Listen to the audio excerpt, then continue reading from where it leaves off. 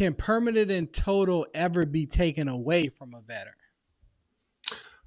Permanent and total is a very interesting concept when we're talking about being taken away, right? Obviously, if you're at 100% permanent and total, there's seemingly no reason to go back into the VA to request an increase. But sometimes, some veterans ultimately would like to have something service connected, even if they were denied and they're at the maximum benefit.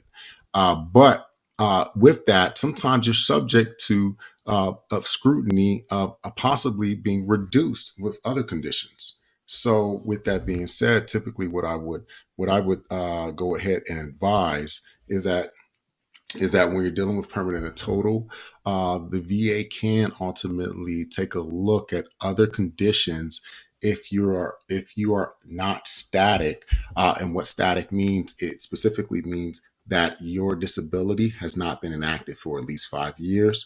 And then you got the 10-year mark, and then you got the 20-year mark. Those markers, when you hit those markers of their current disability, it's pretty much going to be in place. Okay, unless there's any type of determination of fraud and different things of that nature have been taking place. Got it. Got it. So yeah. So when you're referring to those future examinations, none are required, but sometimes veterans go in and they want to get some service connected, and at that point, I guess they're just opening up Pandora's box to potentially be um, reduced for one of the other conditions.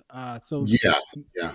and that's probably the only reason that it would get reduced if they did find like, well, wait a minute, you had this claim and that actually from this new examination improved, so we're going to decrease that, and that could actually cause loss of your permanent and total. Oh wow, that's really good. I mean, and I know from understanding veterans, sometimes you can be passionate about getting something service connected. So it's very important to understand what you're risking, right? If you already are at that 100%. So that's some good points there.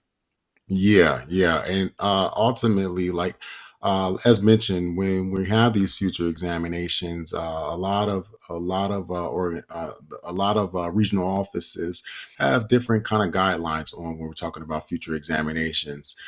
So if you ever get to that point in a total marker, I would always advise try to not to submit any claims, if any, but ultimately, if you have to do so, go ahead and do so. But when you also want to be very cautious doing so. So again, you can always give us a call. We can be able to assist you, at least providing you somewhat some information in regards to that. Absolutely, man. That's great. That's great. So